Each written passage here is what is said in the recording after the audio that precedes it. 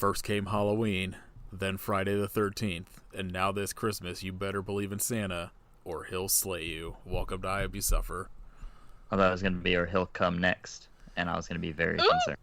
He's coming down that chimney. God. I don't really understand what Halloween and Friday the 13th have to do with a killer Santa. Also because we'll get into it, but this is barely a slasher. I mean, yeah.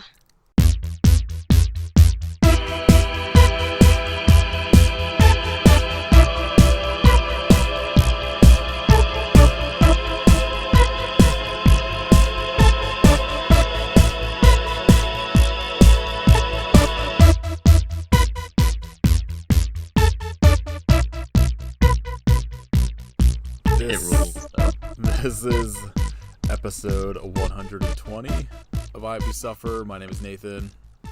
I'm Kit. Christmas time is here. You're fired. You're off the podcast.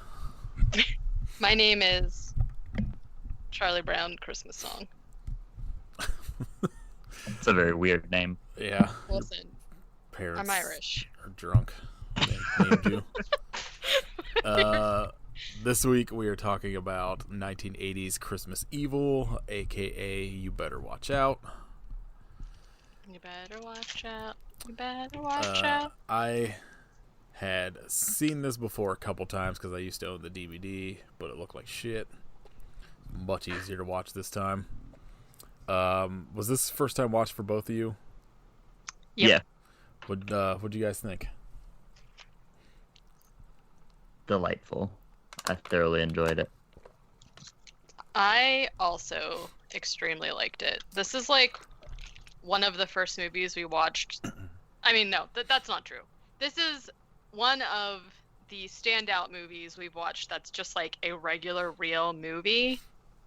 Do you know what I'm saying? Like, it's not funny in any way. It's not goofy. It's just like legit a real movie. And especially when you get into like holiday movies and things like that, you don't see that a lot. So I was like very impressed by this movie, and also I was very nervous the entire time. Yeah. Yeah, it's gonna be one that I think is gonna stick in my Christmas rotation after this. Yes, I agree. Better than I remembered. Like, I think because I had it like when I was still living at home with my mom. So like it was like, 2 years ago. No. Like over 2 decades ago at least. Wow. And so like I remember watching it the first time and just being like, okay, this is fine, but I was also like buying it because Troma put it out and I was looking for like Toxic Avenger type stuff. So like it didn't, like, I don't know, it felt like a very weird movie, and watching it this time it's fucking bleak. Oh my god, yeah. And it's also like I assume anybody that's like way into Christmas probably has some sort of trauma going on that they just don't talk about like this dude does, because yeah, yep. Or any holiday, being like overly into one holiday is very weird to me. Okay, don't come for me like that. I'm Yeah, allowed to like like, Halloween and not have a Halloween adjacent trauma. You can like a holiday without spending your entire time on Instagram being like only about Halloween or only about Christmas or... No, yeah, I agree. I think I'm going to become an Easter guy in 2021. You know what? I don't celebrate Easter as a holiday, but I absolutely love, like, Easter candy is some of the stuff that comes out for Easter is like one of my favorites, and I also love rabbits. I don't know why, but I just like fucking love rabbits. Also sheep and lambs, adorable. So I'm here for you wanting to be an Easter guy. I will send you some pastel pants and just go for it. Yeah, but Kit just met and he's going to start celebrating our Lord Jesus Christ. Yeah, this is my religious turn. I think we would have to have a talk. I come to Jesus meeting. No, the opposite. All right, so this movie was directed by Lewis Jackson and written by him as well, starring Brandon Magart, Jeffrey DeMunn, and Diane Hall. But before we get into the movie, we want to say thank you to our patron, somebody. Where's my notes? Aaron, who is a shredding spirit.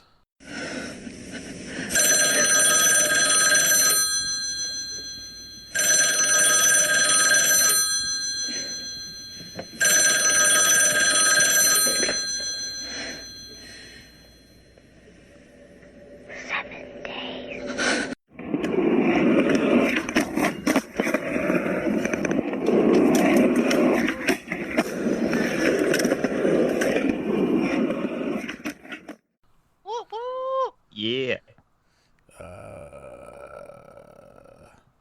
You're welcome for being on the Christmas Evil episode where we're going to talk about heavy shit. Anyway, thanks, Aaron. Thank you. Thank you. She's the best. Right, let's see. So, yeah, this movie, not fun, but also a good watch. Also, I just can't fucking wait to talk about the ending of this movie. Oh my gosh, yeah. So I just want to. This movie has 7 taglines. Also, some of them make sense, right? Better watch out, better not cry, or you may die. Okay, but then also, like, I get the night he dropped in. That makes sense as like a horror movie, right? But then, who's been naughty? And you'd better take care. Santa is coming to town. That doesn't really relay that you might be murdered by Santa. Well, it's also like looking at this movie for the cover and taglines like that. It makes you feel like the actual Santa is gonna be who's like killing people, and it's like that's not the plot. What do you guys think the number 1 movie is under traumatic childhood experience? Oh, jeez. Who could even guess? 300. Jojo Rabbit, number 1. Oh. And then It from 2017. Yeah, that seems pretty traumatic. Also, like, the traumatic experience in this movie doesn't really seem that bad. Oh, yeah, okay, so very I weird was thing gonna to say that get that upset about. because, like, I understand. Okay, so yeah, that's what I was thinking. Like, obviously, there's got to be something already that has upset him for him to, because like it says, the plot says a toy factory worker mentally scarred as a child upon learning Santa is not real. That's like that's not really what happened if you just straight up watch the movie. And like, so let's we'll dive into it, because we'll just talk about this beginning scene. Like, this movie opens on a scene of like, I don't know, 3 or 4 kids in this house, like, seeing what I guess is the real Santa. so what I think happened was, so like essentially it opens on like a beautiful house, Christmas house, and someone's reciting the night. I almost said Nightmare Before Christmas. Just the Reading whole the movie. Night Before Christmas, yeah. And the kids are like, Santa Claus comes down the chimney, and they have like left out a spread for Santa, like a hand washing station, which, wow, good idea. Yeah, 2020. And yeah, right. And then also like bread and butter and milk, which, all right, I mean, I'd rather have bread than cookies, to be honest with you. And like the mom and her kids are just like sitting on the stairs that are in plain view of quote unquote Santa Claus. And like Santa Claus like gives them their toys or whatever. And then one of the kids, who I assume is the main character, his name is Harry, starts laughing. And Santa looks at them and is like, "Oh, you," and then zips up the chimney. And then later,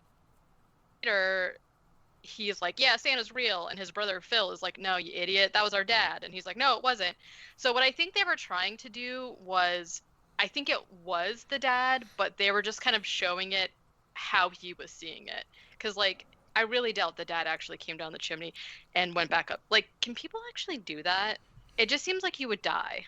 I mean, you could probably, I'm sure, like, somebody could probably get in and out of a chimney. But it probably depends, because a lot of chimneys anymore have that, like, very, very narrow opening. Or has a hatch to the field full of leprechauns. So you don't want to go in there. What I think happened is that was the real Santa Claus. And he came back later that night to rub his face all over the mom's vagina. And then, like, the dad doesn't know about it because he's working late at night on Christmas Eve.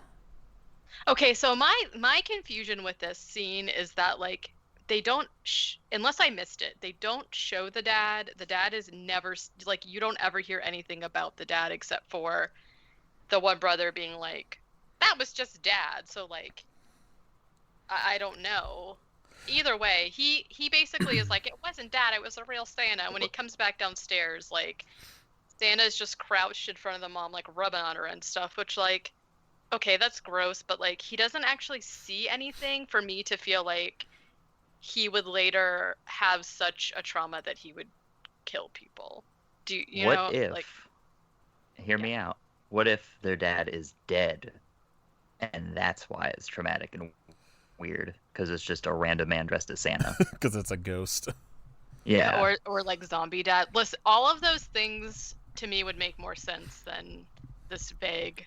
I don't know. Like, I don't know. The way, like, because, like, the way they portray this as, like, this traumatic event, like, like, watching it, I would expect it to go into a more of, like, a Maniac, the movie, kind of, like, scenario, where he has, like, all of this trauma with, like, women and stuff.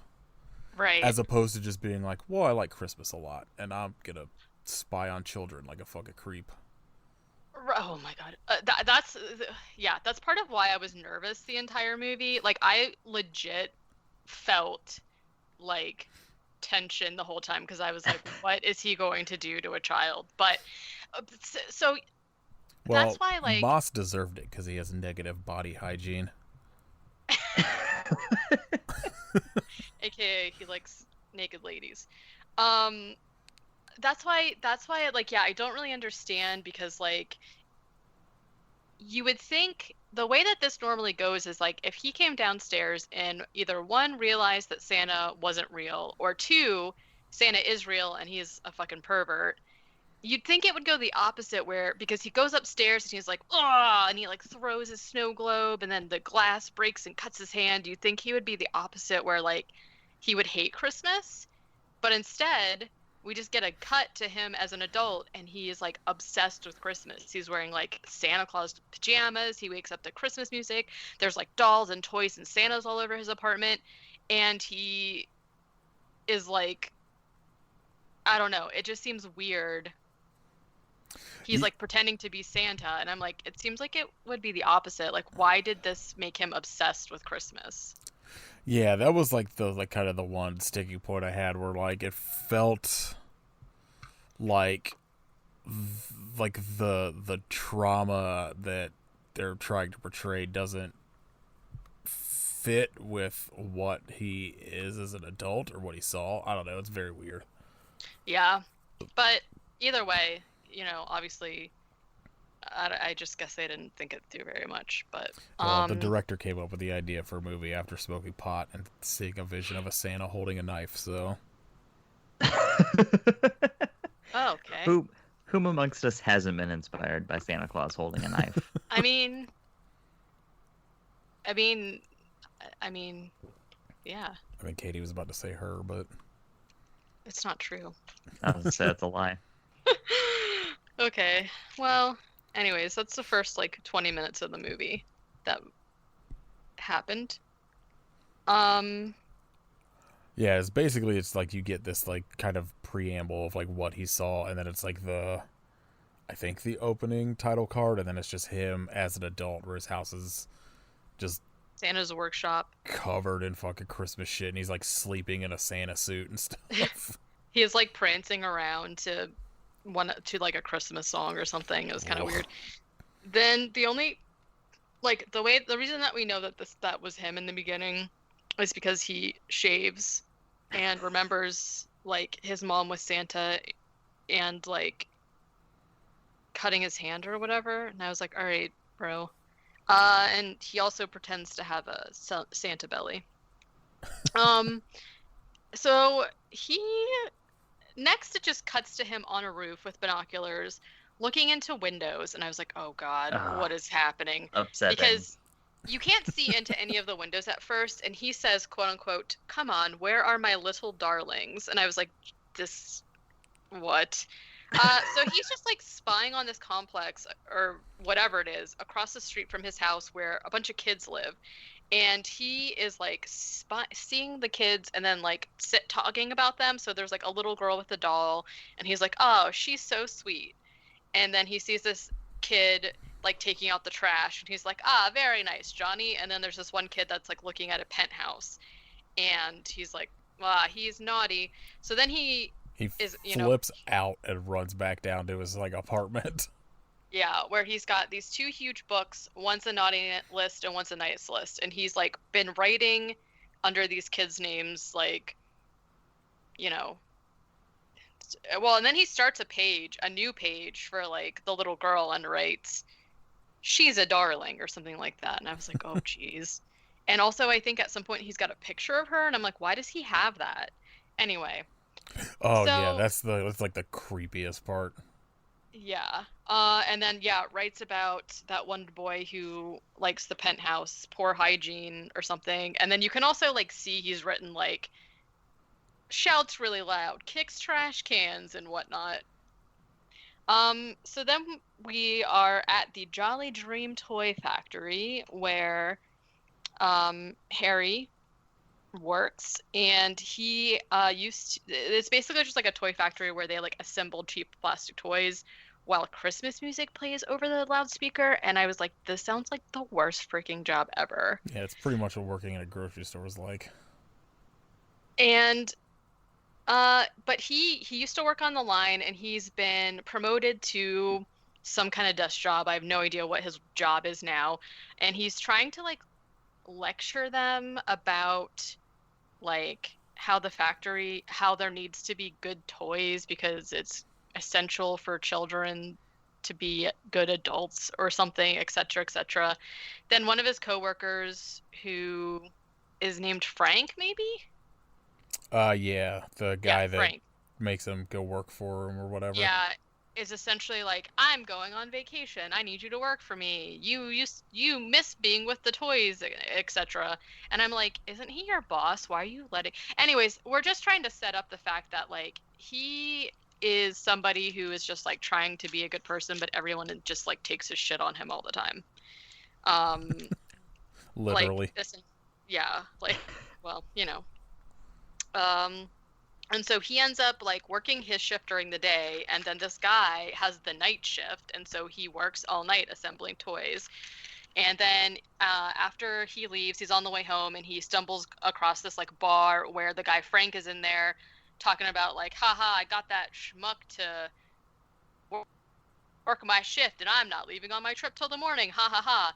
And Harry is mad and sad about it, and he basically goes home and like strangles a doll to death while singing a Christmas song.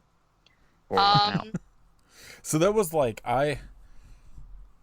that's the scene that like it takes like a while, right? And then like it's like him just kind of like losing his mind, and then like the toy snaps or whatever. Yeah, so I actually... Go ahead. Go ahead. No, you go ahead. I was gonna say I like that scene a lot, and it's like it's weird because it's probably not as long as it feels like it is, but it's just like this really like intense scene of him kind of like maniacally like laughing and like half crying maybe, and just kind of like it's like what I feel like any movie tries to do where like the Joker snaps and becomes a Joker. Like that's what it feels like, but like done well. That, like, essentially. And I was gonna say, I only have like 3 pages of notes because this movie is like an hour and a half? Yeah. An hour 40, and we basically the whole time are following Harry, and there's all of these like instances of this kind of thing happening where the scene is just kind of like long, but it's just like one view into like whatever is happening to him. So like there's not a lot of notes because it's really just like you watching him slowly snap essentially. But Yeah, the like shots are done really well. I would say the first probably like 30 minutes is essentially just like a bunch of shit happening to him, which is just like slowly pushing him more towards like Joker Town. Yeah, turning into the J-Man. To Jokerizing. Katie, so the guy that played Harry, has been on Murder, She Wrote, Ooh. The Adventures of Briscoe County Jr., Okay. 2 episodes of Boy Meets World, Yes. Oh, hell yeah. and Married with Children. Huh. Who is he he's- on Married with Children? Uncle Dudley.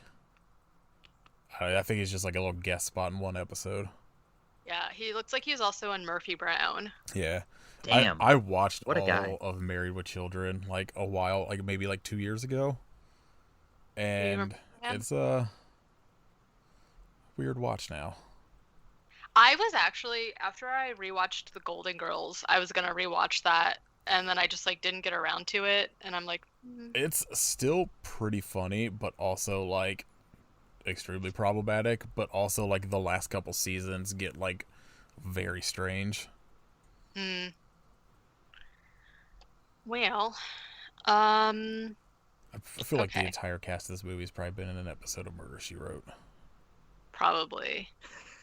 I was actually This is- surprised that I recognized his brother Phil, who was Jeffrey DeMunn.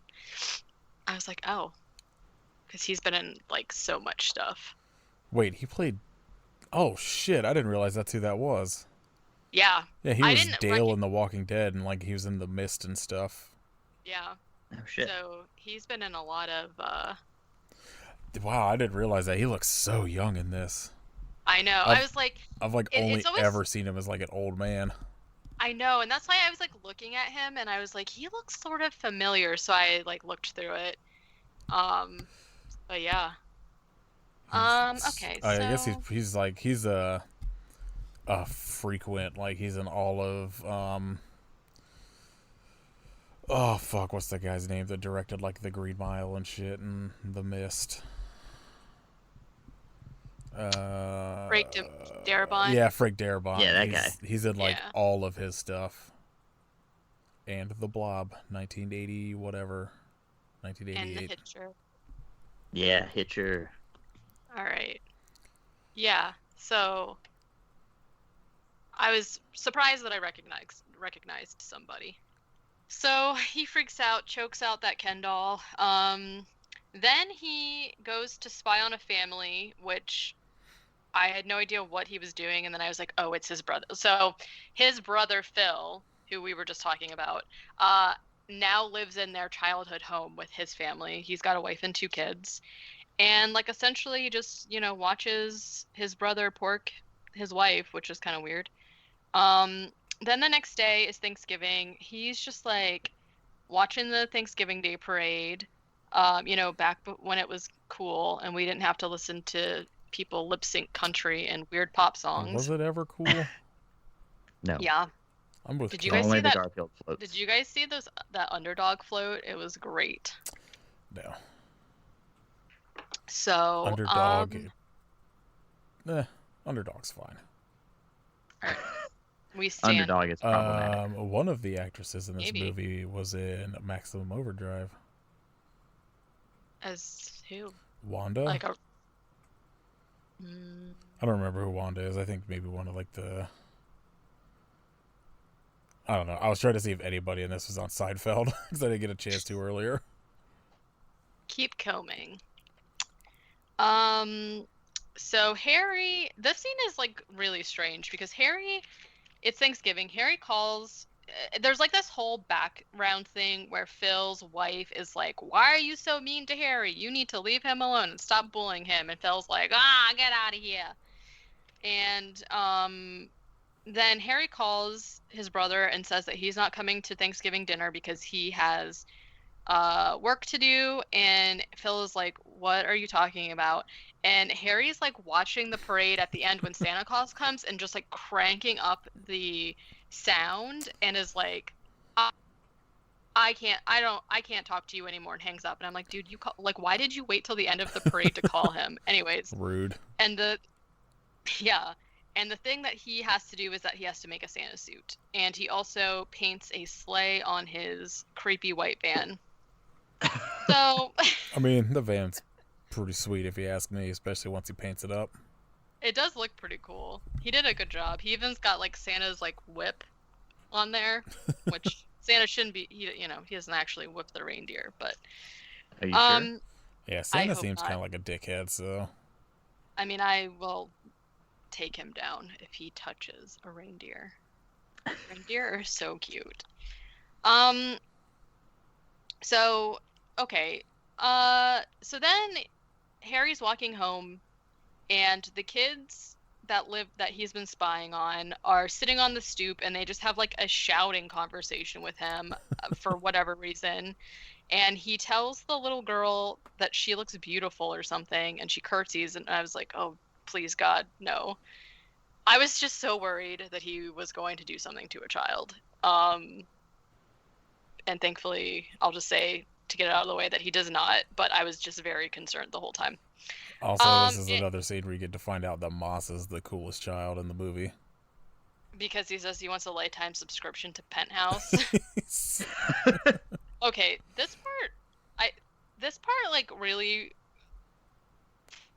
was unsettling to me, and I don't know why. So essentially, yeah, he's like, I want a lifetime subscription to Penthouse, and Harry's like, oh no, I don't think so. So that night he like sneaks over to the house and sees the boy watching TV, right? And he rubs a bunch of dirt on his face for some reason, but then he goes over and leans against the side of the house and leaves like an impression on the house of his hands and just his mouth. And I don't know why, but it really freaked me out. And I drew a little doodle of it, and it was so gross. I had like looked away whenever he put it on his face or whatever, and I look up and he had his like head and hands pressed against it and pulled back, and there was the impression, and I was like, what the fuck? And then it cuts to his face just covered, and I was like, what did I miss? What? I don't. It just was very unsettling to me, because then later we see that impression like still on the house, and I don't know why. The fact that it's just like his hands in his mouth, and I was like, oh, I don't like it. Maybe he was being hunted by a predator. Yeah. Happens to at the this best point, of us. At this point, I still thought he was going to do something to a child, so it really freaked me out. And like essentially, I think that he was just trying to like scare the kid, but then the mom comes in and it's just like, come on, we have to leave, let's go. And the kid's like, oh, I don't wanna. I want to stay home and watch TV. Slaps him. Oh yeah, I forgot she slapped him. Oh no, okay, because the kid sees Harry hiding in the bushes and like goes over there, and it's like this long scene, but essentially Harry just pretends that he's gonna grab him, and the kid's scared, and he's like, oh mom, there's someone over there, and she just like smacks him and is like, I can't have a night out in this town or some shit. And I was like, all right. So then, we just see Harry in his workshop doing some iron work there with his creepy marionettes, and he's, making a soldier. So I guess he's making toys. So then, okay, this scene was really confusing to me. And so essentially there's like a holiday party at Harry's work. So he goes, and it makes like no sense to me, because he's like talking to one of his coworkers about like, I finally found the tune. And I was like, what is he talking about? And you don't get any clarity on it until later, and it still doesn't totally make sense, except for that I guess they're just trying to set up that, something, he's like disturbed in some way, because he's just like, I finally found the tune, And his coworker's like, what? You sing? What are you talking about? And then his boss comes over and it's just like, hey, man, you're one of us. Here's this guy that I hired who's like an executive training guy. And there's this promo that he directed from the factory that the guy is basically saying, we're donating toys to this children's hospital. And Harry like freaks out because he's like, how do you know, like, how many kids are there? Are we going to give toys to all the kids? And the guy's like, what are you talking about? How should I know how many kids are there?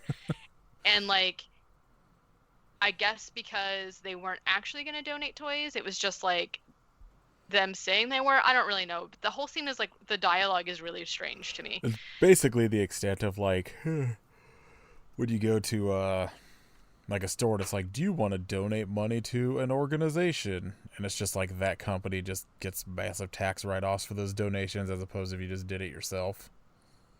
That's Right. like essentially what they're doing is just like they're going to give these toys away by making the rest of their workers work harder so that they can get a fucking tax break. Yeah, so Harry is pissed and like freaks out on them and is like, you suck, and like goes down to his office where he gets some sacks and he just like steals a bunch of the toys. One of the people in this movie in 3 years made The Ref, Flubber, and Cool Runnings. Wow. What a king. Flubber. I saw that in the movie theater. That's not surprising. Okay, but then also, I don't know, it looks like he puts dirt in some of the sacks. I don't know what was going on with that. Yeah, that's what you give people as a present. I was like, oh, is he gonna like give them to people like, haha, you got coal because you're bad or something, but nothing ever comes of that, I think. So I don't know what was going on with that. It just dawned on me that he never goes back to Moss's house. Yeah. Like, Moss is just done. He does on Christmas Eve. Oh, does he? But yeah, okay, we'll get there. So then there's like another one of these scenes, long scenes where Harry goes back to his house and basically glues a Santa beard on his face and is starting to snap a little bit. Scene is also like, extremely creepy. It's, yeah, because he's like Super pulling creepy. on it and he's like happy one minute. He's like, yay, I look like Santa. And then he's like crying and sort of like, I don't know. It's just, I just wrote, oh my God, because it was like done really well. Because it's like him, you just see his reflection in the mirror essentially. So now it's Christmas Eve. Harry is completely dressed as Santa. And he goes to someone's house who I think it's his brother's house, I'm not really sure, to deliver gifts. And he's got like a huge knife that he is cutting the string that's holding the toys together. Normal Santa Claus stuff. Yeah, it's like, I don't know, this movie just, once the kill finally happens, I just was not ready for it, so it was very surprising to me because they just do a lot of this stuff where the music is also really creepy. So it's just like, I don't know. So he's just got like this huge ass knife that he's using to unload gifts. This is when he goes across the street and leaves Moss like a goofy drawing of himself. It's like a fake Penthouse magazine that he has drawn himself, and it looks like really goofy. I don't really know. Present I want. Okay, you got it. A hand-drawn entire issue of Penthouse, yeah. Please. You got it. It's gonna be nothing but feet. Yeah, just hairy leprechaun. Leprechaun feet. And elf feet. There's a Patreon idea. Yeah. All right. Where Katie, you and I can draw leprechaun feet into a calendar. Okay. $100. There you go. Yeah. I'll draw one just to like be the worst drawing at it. Listen, I can't draw feet, so it's not gonna be good all around, I feel like. Oh yeah, it's gonna be bad. Oh man. Now I just have the image of that full body elf in my head from Elves, and I'm disturbed all over again. But with a very poorly drawn foot from Nathan. We'll just each draw different parts of it. Like, I'll draw the head, you draw the Together. body, Nathan will draw the feet. Yeah. Just an update. There's at least 6 people from this movie that were in End of Days. Oh. That's weird. That is not the movie I was expecting to hear, and it really tickled me for some reason. There's a lot of End of Days, and there's something else on here that like a bunch of people seem to have been in. Hope you say The Ninth Gate. No, I think it was a TV show. There's a lot of Is it- like Matlocky type shows too. Yeah. Where's this guy? There's Mark Margolis. I can't think of. He's in like a bunch of shit. He is apparently just a random person in this movie in like a party scene. I'll send you guys a picture, yeah. but he's from like Scarface and Requiem for a Dream and Ace Ventura, and like he's in like fucking everything. Oh, man number 2. Yeah. If you look him up, you'll recognize him Yeah. immediately. Ventura. So then we get a scene that like essentially is just like very heartwarming to me. He goes to the children's hospital from that his company you said they were giving toys to. And it's kind of a long, weird scene, but essentially the security guard comes out and like, what are you doing here? It's really late. And he's like, oh, I have all these presents for the kids. Like, here's a present. Let me in. I'm in a hurry. Like, I'm Santa Claus, right? And so he's out there like practicing saying Merry Christmas. He says it a bunch, and the attendants come out and see that he's got like a whole truckload of toys for all the kids, and they take the gifts in, and one of the nurses hugs him and they thank him or whatever. It's like very heartwarming. But then when he drives away, he pretends like he is actually on a sleigh, because he's like on Dasher, on Dancer, on Prancer and Vixen. I was like, oh man. All right, I'm done looking for Seinfeld, but Moss's mom is the mom Yes. from Home Improvement. Yeah, This I is her first recognized movie. her. I recognized her actually. Oh, Wow. Mrs. Toolman Taylor. Oof.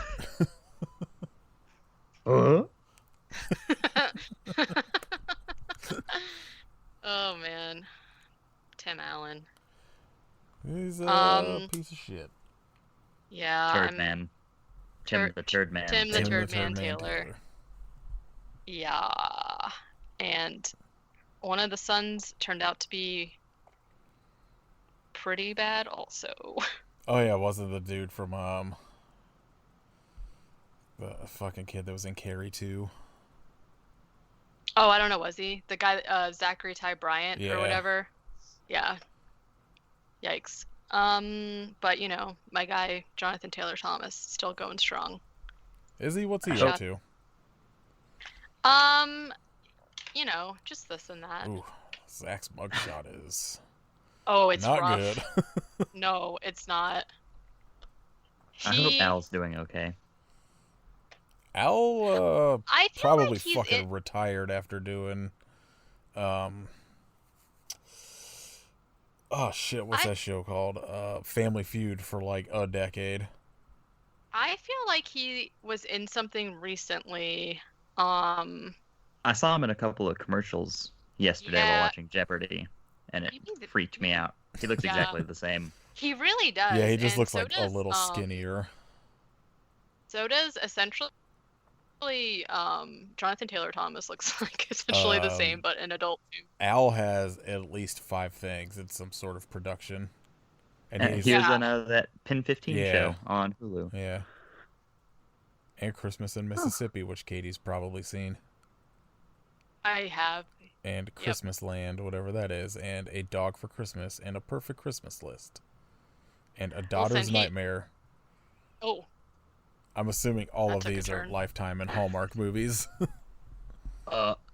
Can we, yes. 1 week, watch MVP Most Vertical Primate?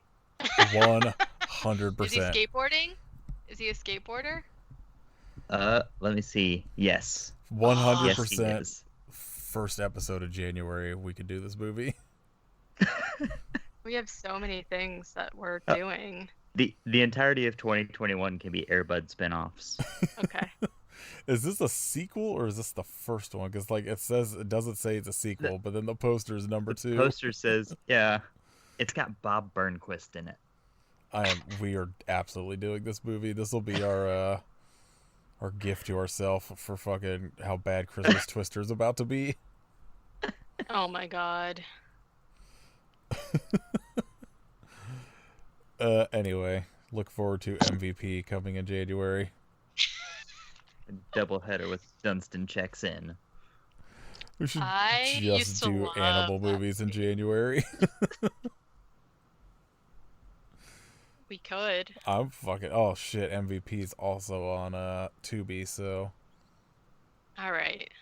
wait, the first one's a hockey movie. Most Valuable Primate. Holy shit!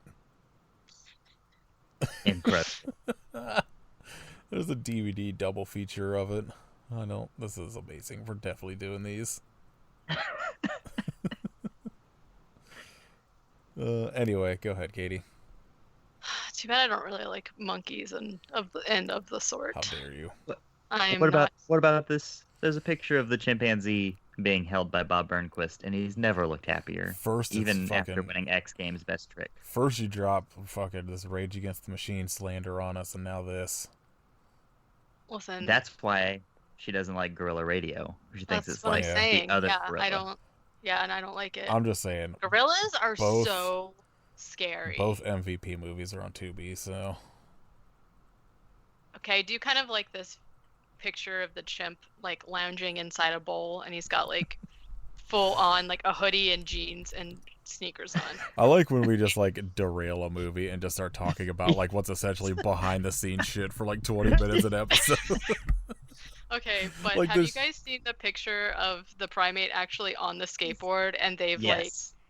like photoshopped the sneakers on, but like you can see his foot sticking out of one the opposite direction, and then the other one's like not even connected to his body. Oh man, I can't wait to watch this. That chimp can really go. This hockey. Listen, this chimp can skate better than me, and I'm mad about it. Okay. Oh my god, these shoes are incredible. They're not even on him. There's another shot where you can see his toes. Look, I'm just saying he looks cool as hell in this hoodie. He does though. Agreed. Those pants. Oh man, did you see this His, like, one of him JNCOs. holding the skateboard wearing some sunglasses? He sure Oh is. yeah. You're damn right I did. Except for Fucking- that he's screaming and his teeth creep me out. This movie's Like gonna you be can so also see his awesome. toes outside of the shoes in this one. It's really rude, Katie. He can't Oh, you know afford what? braces, okay? He's a skateboarder. Well, actually, do you guys think maybe they're not photoshopped? Maybe they just cut the bottom I out think- of the shoes. I think they cut the bottom out and they have the shoes like Just at least sitting the front one like attached on the skateboard or something. Yeah. Oof. Okay. Oh sorry, man, guys. there's like an actual picture I'm of not. somebody like holding. I don't know if this is from the movie or not, but holding like a monkey's hand as it's skateboarding on like a half pipe or whatever, and I'm into it. This poor monkey. Okay.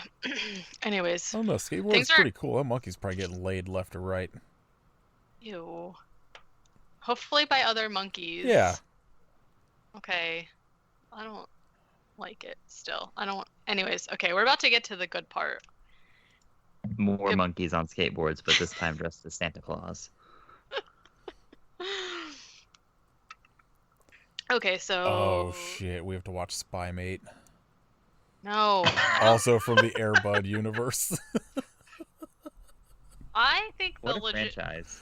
the first Airbud was legit. I don't know if I saw any of the other ones, but I'm just looking up Airbud Entertainment to see what their movie list is, because it looks incredible.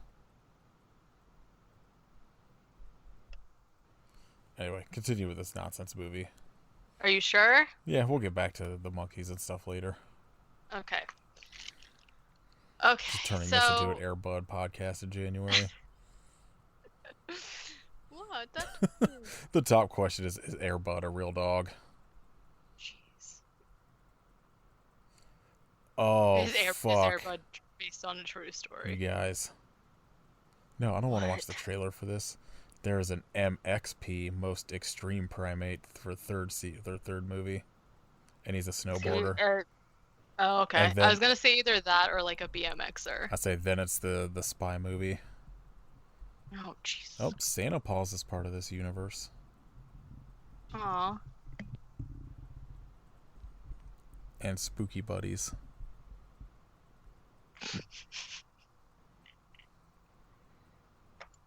What could the plot? How could you possibly make this many animal? Like, what's even happening in these anymore? Air Bud has done, let's see, basketball, football, soccer, some baseball or something, volleyball, and then had kids for Air Buddies. Like, but what's the plot? Of Air Like, Buddies? the first or... time that Air Bud shows up, it's like, wow, that dog's great. But then after you see him do a couple sports, it's kind of like, all right, we get it. You play sports. I mean, look, to be fair, this is just the Ernest movies, but insert a dog instead of Jim Varney. Okay. I mean, I could watch Air Bud do anything. Yeah. Air Bud, tax advisor. Air Bud SWAT team. That's where we have to put Air Bud down because he's a cop. Oh, that's right. Sorry, Air Bud. That's the end of the franchise. He betrays everything he stood for. Air Bud sells out. Air Bud Wall Street. Air Bud, dog of Wall Street. Oh, God. Were we talking about a movie? No, I don't. just Air Bud. Just Only Air Bud. is real. I regret not making this just an animals movie podcast. I mean, most of those are probably better than most of the movies that Yeah, have probably. happened here. Like, Air Bud 7's got to be better than Derailed and what have you. Only if Lance Henriksen shows up in one of those movies. Wasn't he? He's in one because I remember joking about we were gonna pick that. Probably. Oh, yeah, Wasn't he it- was in like some Easter or something dog movie, I think. But they like had his face on the cover, and it looked like ridiculous. Oh, what a king. Air Bud, I mean.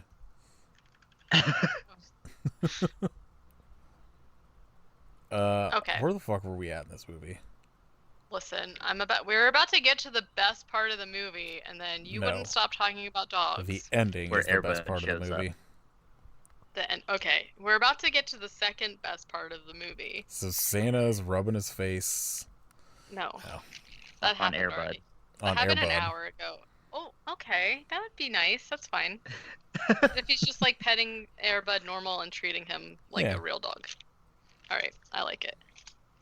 Okay, so we just had the part where Harry was totally normal and went to give the toys to the children's hospital.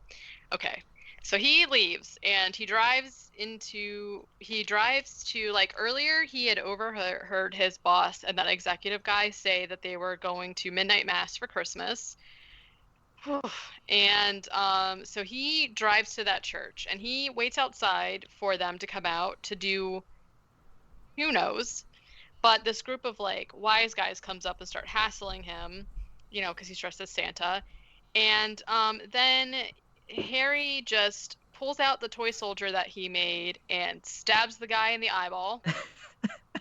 I was very shocked because, like I said, this is like 40 minutes into the movie, and he just stabs this guy in the eye. And then he takes out this tiny axe that he axes the guy and two of the guy's friends and kills them and just runs off into the night. And it was like very abrupt. And like the whole time I was waiting for him to start killing people, and I was just like taken aback by the eye stabbing and the axe to the head. So then after that, he just is walking by and sees this family and friends association where there's people inside dancing, having like a Christmas Eve party, and he's just like watching them through the window. And this guy sees him watching and is like, "Hey, come inside! Haha, we caught you!" And like brings Santa inside. All the kids come up, and everyone's like, he's like giving them presents, and everyone's dancing with him. And then he gives this like really weird speech that's essentially like, "You kids better be good, or you're gonna get you shouldn't be bad." And everyone's like, "Oh my god, what's happening?" And then he's just like, "All right, yay!" And everyone's like, "Okay." And somehow he also doesn't have any blood on him, even though he's wearing like the fuzziest Santa suit, and he just murdered 3 people. So, Careful. he Careful, was. Claus. Yeah. So he's just like, "Hey, be good or else." Haha, see ya, and he leaves. This is when he's like talking. He's like talking to the reindeer, like they're actually reindeer again, and then he goes to Frank, the coworker's house. He was the one that like called him a schmuck and made him work for him or whatever. And he climbs up on the roof. Oh, the scene And rules. it's really weird because he climbs up on the roof and he tries to go down the chimney, but gets stuck because he's too big, I guess. And there's like a moment where he's like struggling. You can like see the panic in his eyes because he thinks he's stuck. And then he just like finally like pushes himself out of there. So and just like, oh, sorry, go ahead. No, go ahead. I was gonna say the thing like I wish this movie had more of was like more of him trying to do like Santa shit and realizing it's impossible. Right. Like I like this scene because it's like him trying to get in the chimney, and I can't tell if he gets stuck or he's just trying to like hold himself up or like what's happening, but it's like you see the like struggle on his face. That's like it feels more than just like, oh, I'm not physically fit enough to do this. It's more like, wait, I don't think this is possible. He kind of, I think, there's a few times where he like cries also, and I think this might be one of them. There's just like a tear rolling down. I think my impression was that he got stuck because there's like this moment where he's like trying to push himself up, but it's not really working. And then finally he just like literally pushes himself out and like tumbles onto the roof. Yeah. So yeah, that makes sense. But yeah, he definitely realizes that he is, can't go down the chimney. Hi, Mito. Hi. Can you get off, please? I can't see my notes. Too bad. Sorry. So I also like the idea that nobody in this house could hear him like stomping on the roof and then like struggling to get out of their chimney. No, right. And then it's also like, the fact that like this was, I don't know if the movie was supposed to be set in the 80s, but it definitely was a time where like people just like left their door open because he's just like walking in people's houses like NBD. So yeah, instead he can't get down the chimney, so instead he goes downstairs, breaks in through a window and like leaves the presents. He goes into Frank's room where his wife and him are sleeping, and Harry as Santa says something to him like, I'm not really sure what he said, but he was basically just like, "You're a piece of shit," and then he starts to smother Frank with the sack of toys. Somehow his wife does not wake up, and he is like thrashing around, Yeah. being smothered by a huge sack of presents. Harry realizes that he's still alive and like takes a star off a tree and just like slits his throat open. And Frank falls on his wife, and she finally wakes up and is just like, ah. So that's also another weird scene where it's like he like falls on her, and it's almost like he's like crushing her. Yeah, because she's like screaming but not actually making any noise. Yeah. So it's weird. But then there's a scene where he goes to leave, and the kids see him, and he's like, haha, hello, I'm an impish Santa Claus. But then the wife starts screaming, and he's like, oh shit, and he runs out, and there's like this shot through the front window, or through the front door, and it's like him running down to get in his van and pulling away, but the wife is just screaming and screaming and screaming, and I thought that was a really cool scene. Yeah. So now it's Christmas Day, and we're back at Phil's house, and Phil is essentially just like, hey, Harry's always here on Christmas. He loves Christmas. He's not here. Something's wrong. And the wife is just like, I don't know why you're always chapping his ass. And just, I don't know why I'm making her voice like that. She's a very normal person. But she's essentially just like, it's your fault that he's not here because you mistreat him and whatever, whatever. And there's a news report. This newscaster also was looking crazy. He had like this biggest mustache and like huge hair, and he's just like, there's a guy dressed as Santa Claus and he's murdering people. So if you see someone dressed like Santa Claus, call the police. Harry wakes up in the back of the van at the factory, and he goes in there and, you know, just starts, he's like, how many times have I told them these toys are shit? And starts like breaking all the toys. He turns on the conveyor belt so that the toys will all like fall on the ground and break because they're literally just like cheap plastic toys. Yeah, those toys look like shit. They really do. Except the gumball machine looked kind of cool. But other than that, it's just like a plastic guy riding a motorcycle and like a plane and I don't even know. Just shit you would find at the dollar store or something. Yeah. Then there's like this weird scene at the police station where they're trying to get the people, like Harry's boss and like other people who were at the church that saw Harry kill those people are like trying to pick Santa Clauses out of a lineup. And there's like a detective there that's talking about Santa lore for some reason. And he's like, oh, you know, Santa started here in New York City and blah, blah, blah. And then he's just like, well, maybe it's good that this guy's out there killing people because the kids will be scared again. And I was like, wow, okay. Except for that the Santa Claus is only killing adults. So I'm not really sure why that would scare children, but whatever. Harry calls Phil and from his office at work, and is essentially just like, hey, I found out how to play the tune that everyone dances to. You know what I mean, bud? And he's like, no, I don't know what you mean. And then he just like hangs up on him. I was like, what is happening? So then, let's see. Harry goes to this neighborhood that has like a shit ton of blow molds. There's like 100 Santa Claus blow molds. It's really crazy. It looks cool, like the way it's shot. Yeah, it's just like a road leading up to houses and apartment buildings, and it's just like all of these. Well, I guess if people don't know what blow molds are, they're just like vintage. They're like plastic, and instead of inflatable blow up whatevers, they were just like big plastic ones that light up, and they're so cool looking. And it's like snowing, and it just like looks so perfect. So he goes to some apartments, and he's like looking around, and then a group of kids come around the corner and like, yeah, Santa, and the parents, and they like run up and they're like, yay, Santa, give me presents, and the parents are like, oh no, there's a Santa Claus killing fucking people, it's probably this guy, and they're not really sure.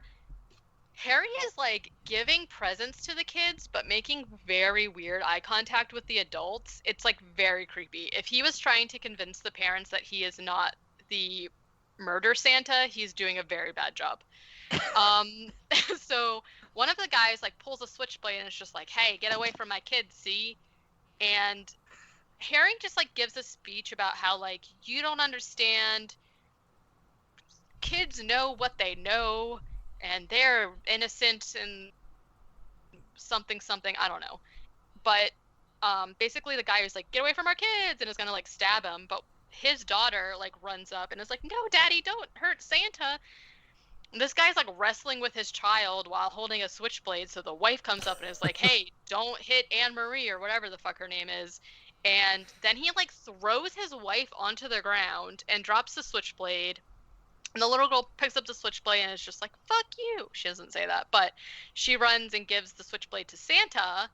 And so now Santa Harry is essentially like, so this part kind of was muddled to me. So he tries to run and like the guy grabs him, but I don't think he stabbed him. Did he maybe? I'm not really sure. No, I don't think so, because the guy kind of like leans up like he's fine after he falls over.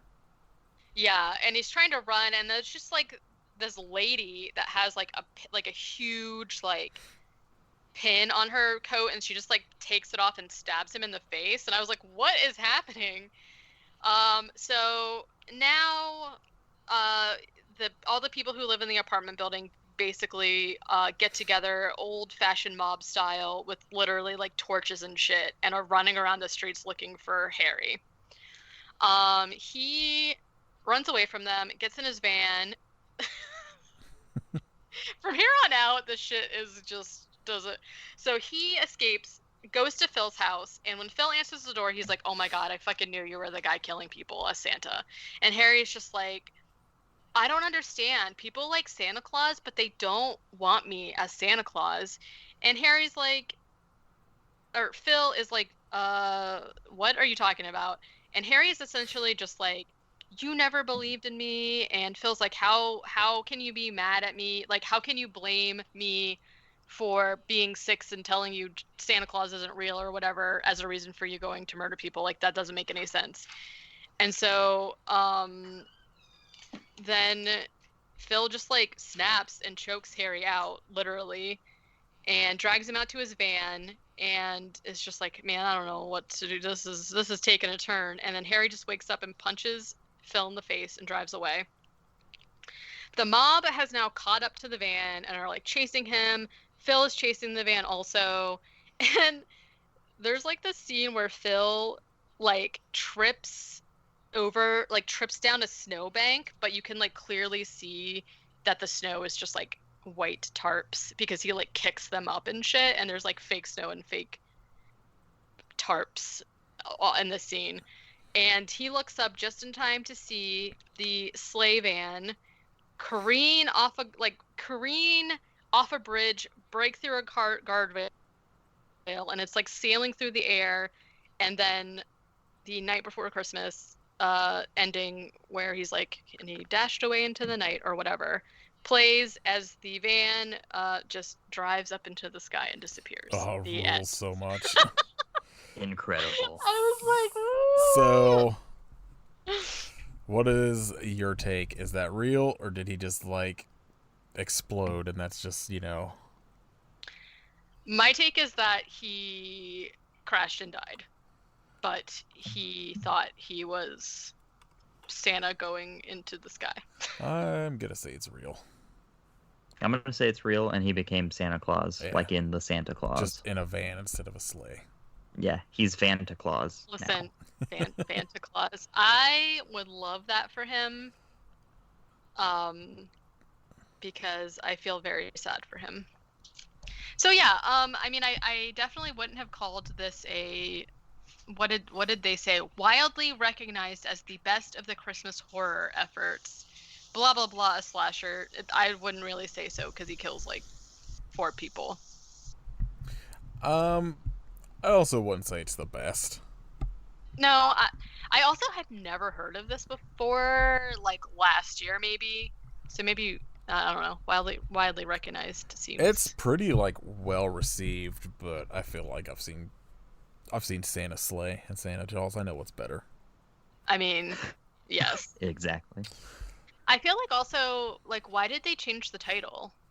Because like I feel like you better Because watch out. Christmas Evil is like the fucking like a catchier, like punny name. Yeah, it's a much dumber pun, which rules. Like Yeah, I I feel guess. like Christmas Evil is a like just a much catchier name than you better watch out, because you better watch out makes more sense. But like seeing Christmas Evil on like a VHS box or whatever is gonna probably make you watch a movie faster than you better watch out. Yeah. I got some bad news from Weekly World News. Oh no. Santa has COVID. Oops. Damn. I mean, Should stop going into so many people's houses. Yeah, yeah. fucking get your shit together, Santa. I mean, the population of the North Pole is like pretty big with all them elves and stuff, so I think it's kind of hard to avoid. Also, apparently Dracula had a heart attack and went vegan. Oh, So there you go. good news all around because So Santa's a jerk. he's just like Bunnicula now. Yeah. Only eats carrot. He just lives carrot off clover juice and whatnot. Carbonated veggie soda. All right. Real news. Okay, so let's see. I've seen that the Discovery Channel is starting their own streaming service because, of course, who isn't? That will start airing on January 4th. And one of their like premiere special programs is going to be Ghost Adventures doing a 2-hour special on the investigation of the Cecil Hotel, which is pretty cool because this is like the first time that they have ever let anybody do a paranormal investigation of the Cecil Hotel. Oh, they're gonna let those bros do it. That's what I'm saying. I'm like, of all the groups to pick, you're gonna pick Zach Baggins, really? But he's been trying. Like, I'm sure it was a thing where they were just like, fine, because he's been trying for like a decade to get in there. So he probably just like messages. He probably just like calls and emails them every week and is like, hey, can I get in there yet? What do you think? Anyways, so I don't know. The Cecil Hotel is like one of those stories that like no matter what podcast covers it, I always listen to it and I'm just like so fascinated by it. And I'm like really wanting to see it because I haven't really seen that much of the inside, so that's like part of the reason I like watching those shows when they do like old hotels or like historical places, because it's always cool to see that. But I feel like it, sometimes Ghost Adventures, like, this is like not a surprise to anybody, but don't have the most taste in the things that they do. And I read that like one of the things, did you guys hear about like this happened like in the early 2000s when that girl Elisa Lam went missing and then was found like in the water tank? Yeah. So that story is another one that like really fascinates me too. But part of their investigation is going to be like retracing her steps, and I sort of feel like that's kind of in poor taste. Yeah, but... especially because we know she played that elevator game and went to another dimension. Okay, that story freaks me out. Yeah, well, like, don't try it then. I won't. I don't like elevators in general. And it's also like, what's the point of the game? Because like, to see another dimension. What are you talking about? That'd be sick as hell. But it's like, what if it's like the Doom fucking dimension and you go like shoot cacodemons and stuff? Okay, but because they were like, the point of it is to get to this other dimension, and it looks like your world, but just dark, and no one else is there except you, unless you see a demon, and then if the demon sees you and you see the demon, you're trapped there forever. Yeah, it's Silent Hill. But, well... but... I don't know. What if the demon's cool? Pyramid Head looking all thick. Listen. I stand a Pyramid Head, okay. But then I'm like, yeah, I don't know, whatever.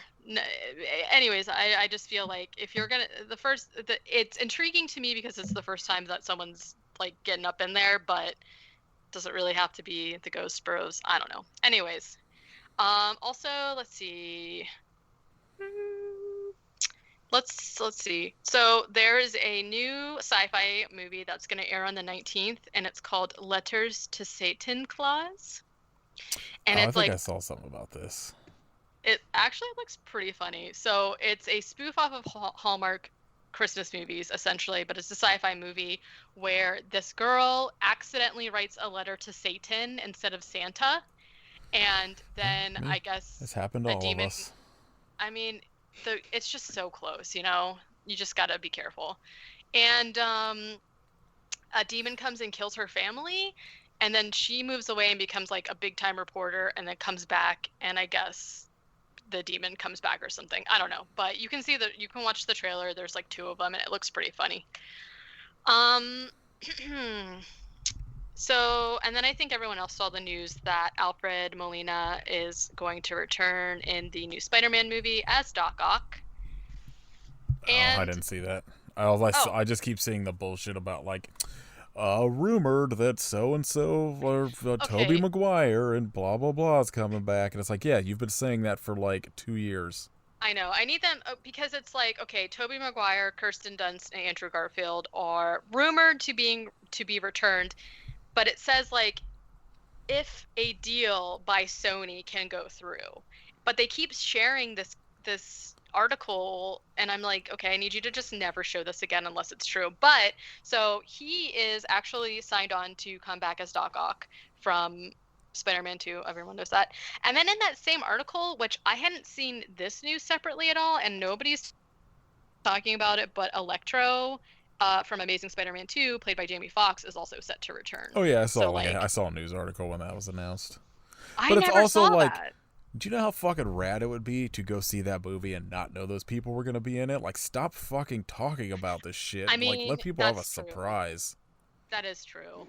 I think maybe we're just, suffering from the no news Well, it's just situation. it's that everybody has to be the first one to break a story. And so it's just all about getting those like clicks on your website for ad revenue. So everybody's going to report on any half-baked news story that comes out. Yeah, but would if Just I like don't know. fucking toilet of hell.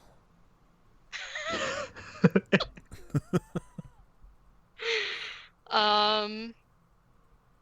Anyways, I'm excited by that news because I'm really excited about what they're gonna do with the Spider-Verse. Yeah, I I can't wait for Spider-Man 3.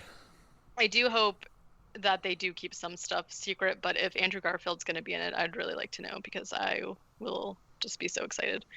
Um, and then also that movie will be coming out in December of nope, yeah, 2021. Yeah, I don't know what We'll year it see is. about that.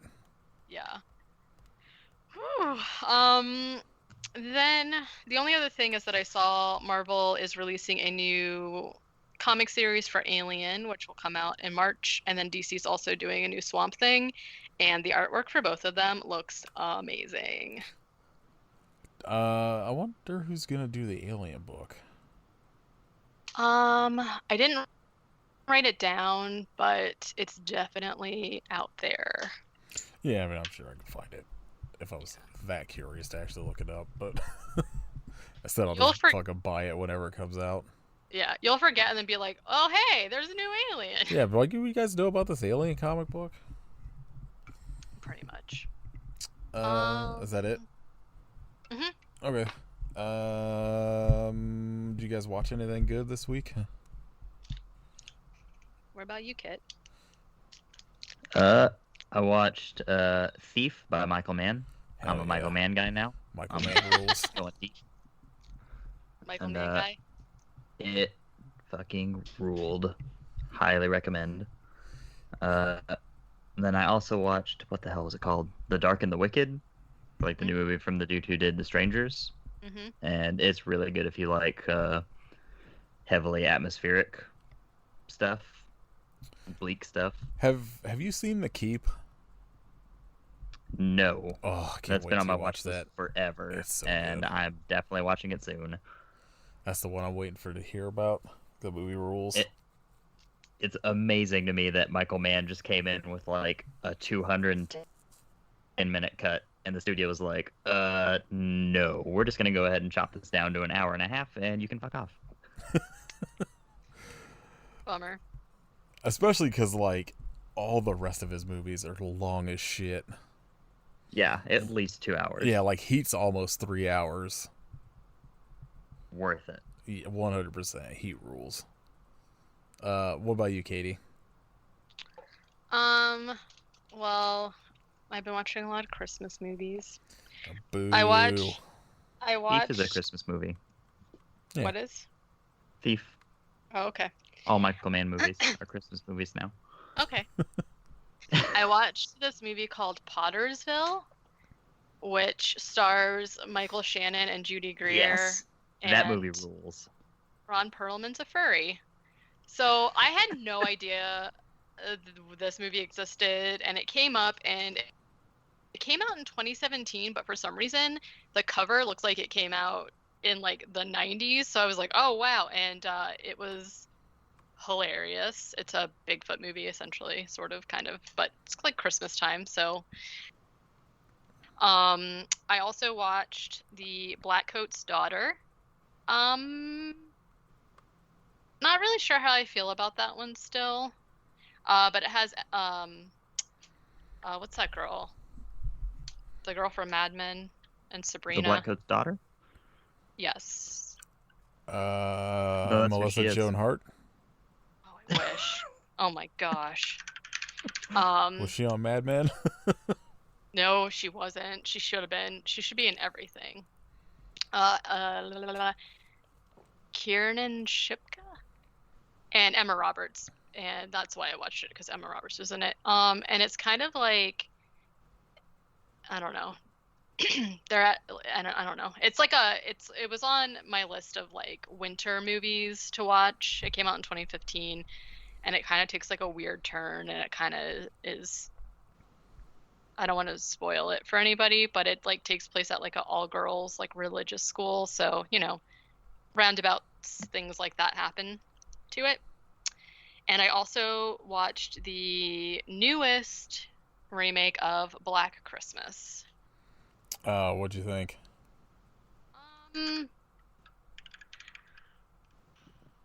I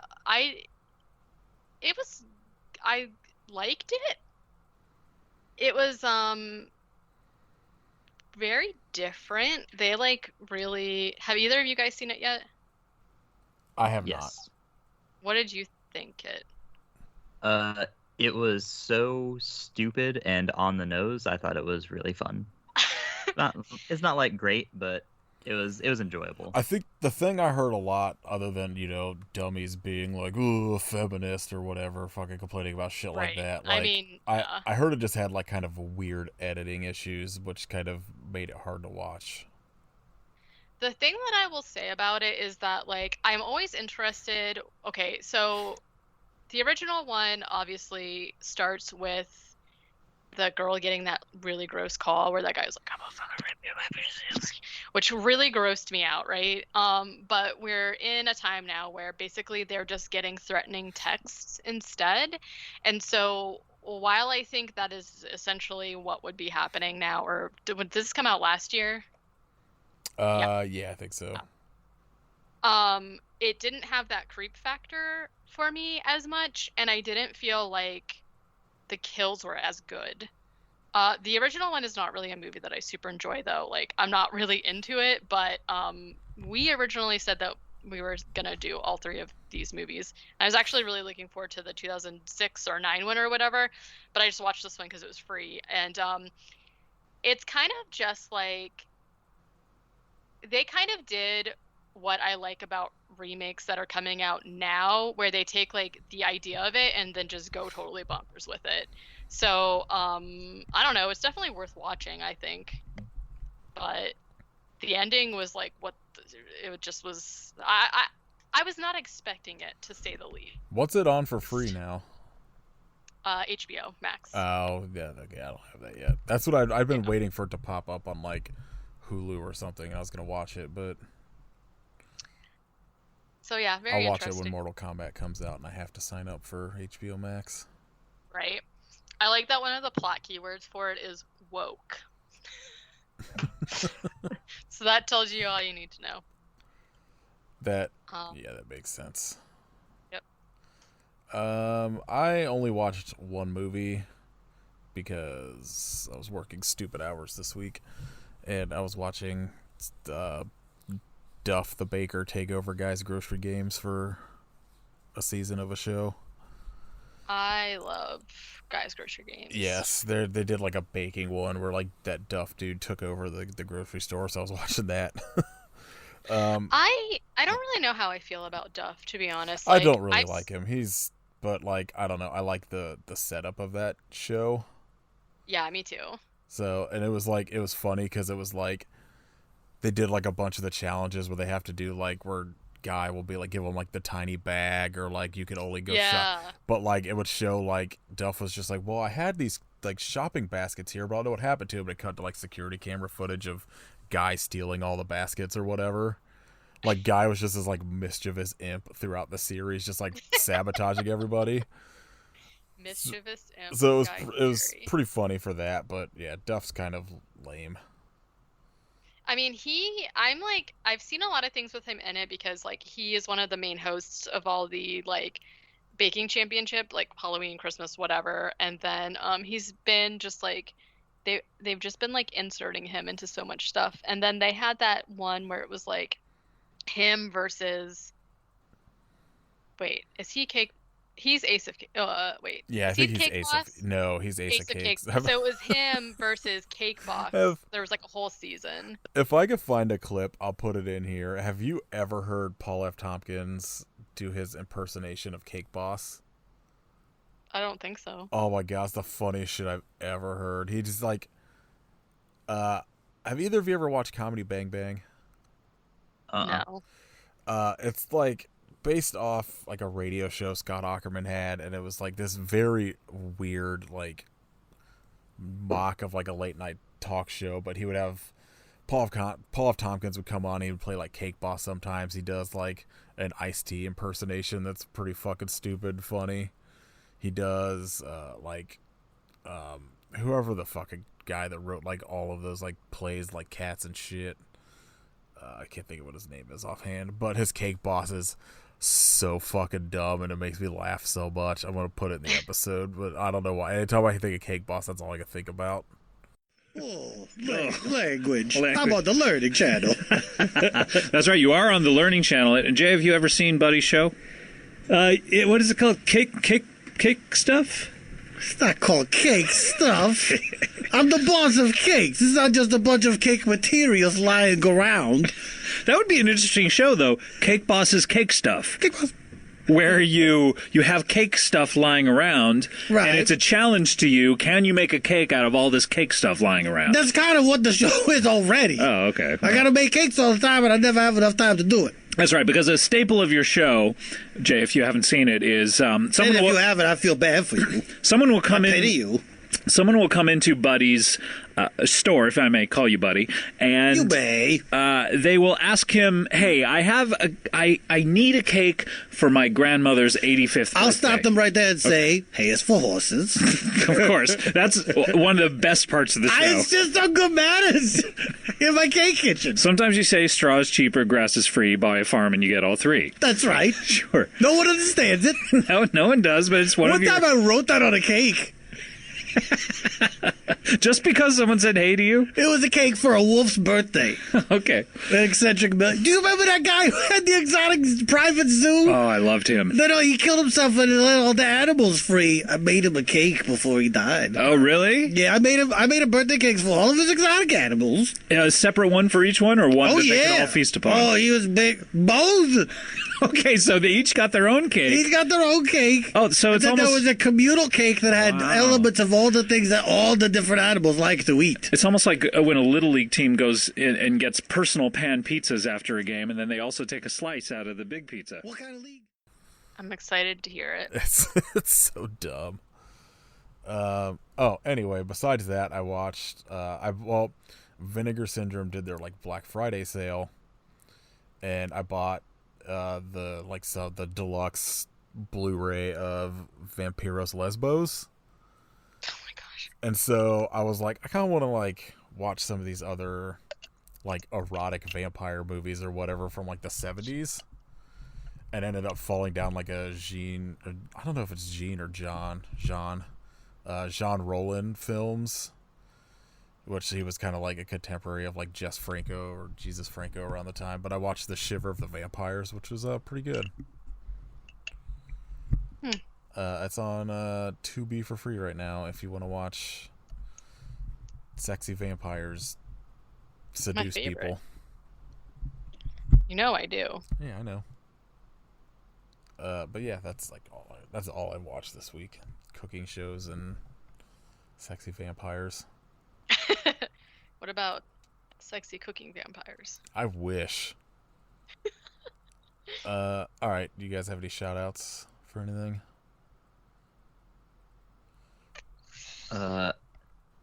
WWF's St. Valentine's Day Massacre in Your House, 1998. Do they have a Christmas one? Well, they do. They do a pay-per-view every month, don't they? Yeah. What the hell was the Christmas one? That was February. I'm just continuing from wherever. Oh, yeah. In December of 98, it was WWF presents Rock Bottom in Your House. Oh, so like in your house, basically. The Rock was corporate champion, so he got his own pay-per-view. What's the main event of the St. Valentine's Day Massacre one? I want to say it was Stone Cold versus Vince McMahon in a cage. Yeah, Stone Cold versus Vince McMahon in a steel cage match. And it was a number one contender match for the WWF Championship at WrestleMania. That I assume Vince McMahon won. No, Vince McMahon had Big Show hiding under the ring back before he was Big Show. It was like his first appearance. And he popped out, and he grabbed Stone Cold and was going to ram him into the cage. And it looked like Stone Cold was going to lose, but he threw Stone Cold too hard and broke the wall of the cage, so Stone Cold rolled out and touched the floor and won because it counts as an escape. God, wrestling is so good. The best. Obviously, Stone Cold went back and kicked everyone's ass. There's that every once in a while, like in the Discover thing on Instagram, where like wrestling shit pops up. Somebody's been posting a bunch of like dark segments for like after like Raw would go off the air or whatever, where it's like Stone Cold like stuns Vince McMahon 13 times before like leaving the fucking ring. It's one of those things where he'll like stun him and then walk around like doing his like beer shit and then like get halfway up the ramp and like McMahon's like stumbling up and like Stone Cold turns around and runs back in and stuns him again and does like the whole thing over again. It's so fucking funny. Amazing. He did one with like The Rock where The Rock is like who was like the best person at like selling a fucking stunner. And I love to do that shit where he like stunned him like 5 times, and every time he did that shit where he would like roll and stand on his head before falling over. Yeah. That's so good. All right, what about you, Katie? I'm gonna say chocolate oranges and peppermint gross. bells. Throw Nathan, both of those in the Nobody cares about your opinion because you don't like anything. I like a lot of shit. I don't think so. Orange and chocolate is like the worst He combination. likes Gorilla Radio. Yeah. No, it's so good. That's what you said about mint and chocolate? Excuse me. Yeah, but I don't like mint at all. Here's what you do. That's what I'm saying. You don't like orange, you don't like mint. I like orange. I don't like orange and chocolate. Well, I just meant chocolate. Eat a Hershey bar and drink a Sunkist. It's the ultimate orange chocolate experience, in my opinion. I will, thank you. I remember buying one of those like chocolate oranges when they first like came out, thinking it was just chocolate. I was like, this is fucking gross. Wow. Open for a surprise. No, they're one of my favorite. This year I got a dark chocolate one for the first time because I found that milk chocolate is too sweet for me in my old age. So I got a dark chocolate orange and it's so good. Oh, I love it. I could eat the whole thing in one sitting. It's funny how like you hate dark chocolate as a kid and then you become an adult and you're like, dark chocolate's pretty fucking good. Yeah, and it's actually a little bit, it's like almost too sweet for me still because it's like Brock's or whatever, so it's like quote unquote dark chocolate. It's not like, you know, those yeah, it's how like Hershey's is dark chocolate but it's still got a fuck ton of milk and sugar in it. Yeah, it's not like the 70+% dark chocolate bars or whatever, but just eat baking chocolate. Okay. Oh my god. Oh my god. This one time, okay, so you know how they have like chocolate like Ovaltine or Hershey's where it's like the powder to make chocolate milk? Yeah. And one time I was going to make chocolate milk and I mixed it all together and I took a sip and then spit it out because it was baking cocoa. I feel like everybody as a kid has probably had that like experience of being like, oh, my mom's making something with chocolate and like go to like try it and you're like, nope. It was so bitter. I probably wouldn't care too much now, but at the time I was very sad.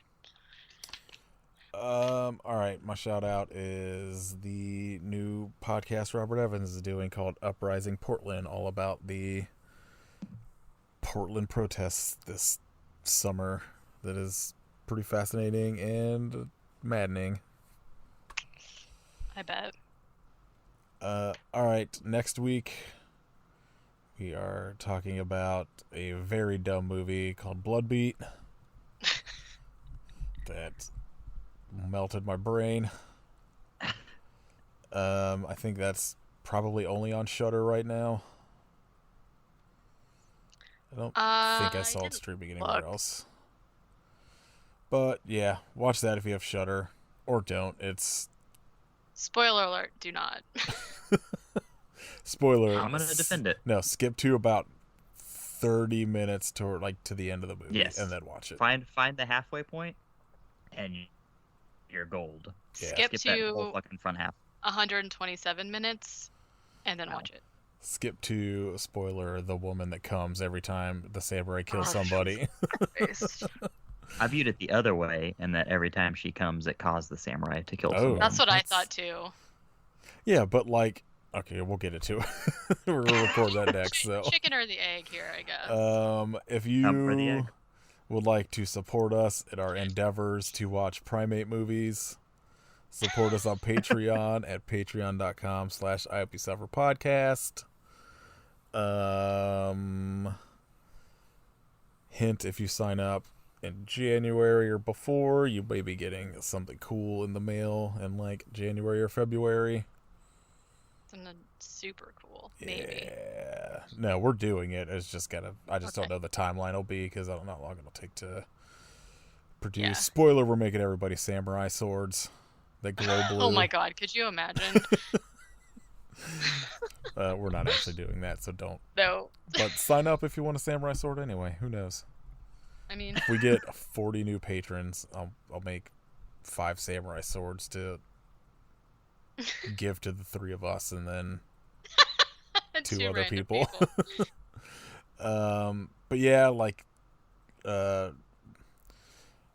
think we're gonna try and do some more cool Patreon stuff after the holidays because we set it up as Kit and I both get stupid busy at work, so more cool stuff coming. And then we announced our January bonus theme is Danny DeVito movies, which is gonna be extremely fun because we picked 3 very good movies. Yes. I don't remember what they are, but I know they're good. It's Danny DeVito. The one of them you will maybe be half on board with, but the other 2 you'll be 100% on board with. Okay. If you would like to buy merch, storefrontier.com/IOPSuffer. Leave us ratings and reviews on iTunes. Leave us a review telling us whether you think Harry exploded or is now Vanta Claus.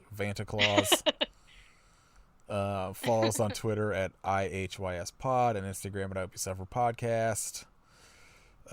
Follow Katie for art stuff and other shenanigans at WerewolfFace, and Kit specifically for shenanigans at Hidden Kitstery.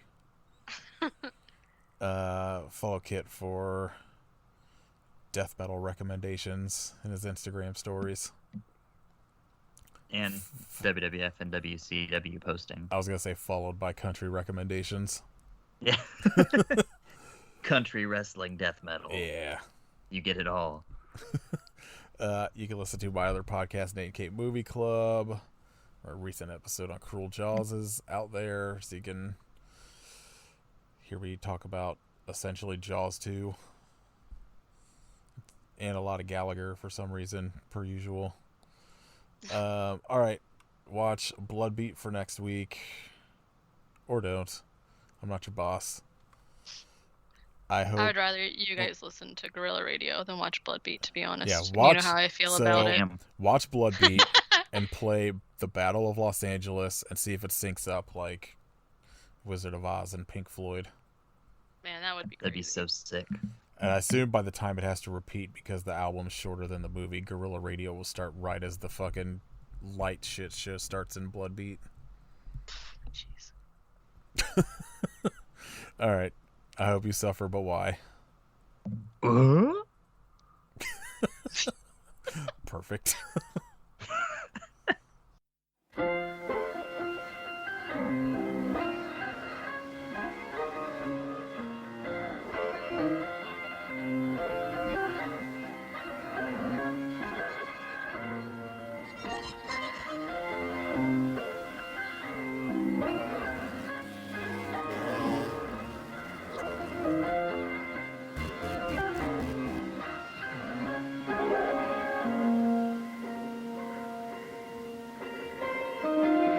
Smoke and wave, I forgot my lanterns.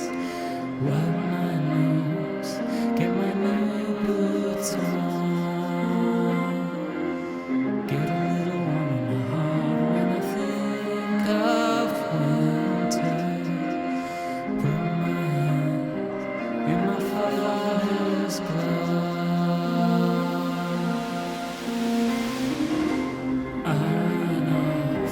Where the drifts get deeper, Sleeping Beauty trips me with a frown. Hear a voice, you must learn to stand up for yourself, 'cause I can't always be around.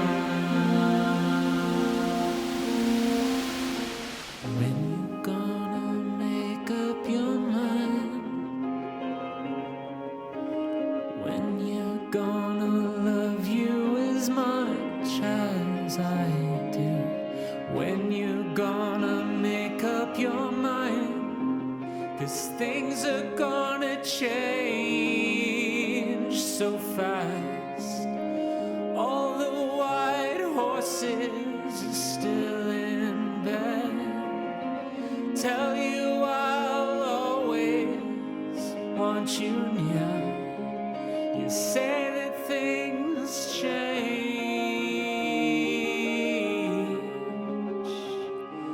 my dear.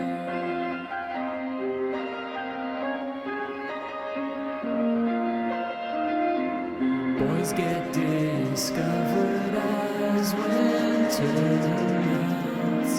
Flowers come peeping for the sun.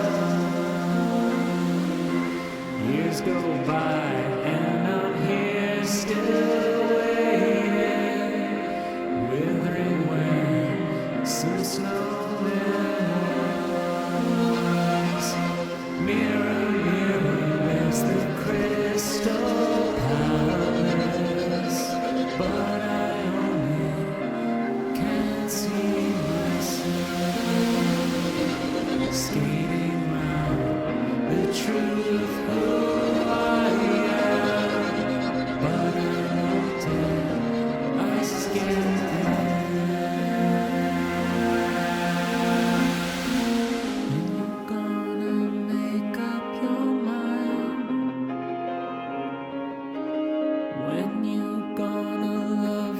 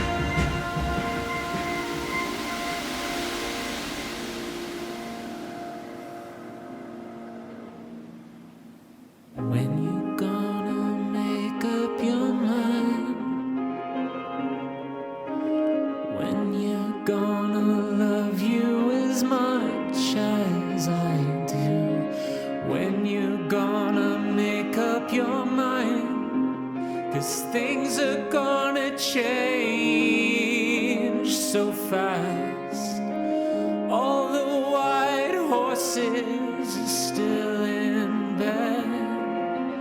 Tell you I'll always want you near. You say that things change.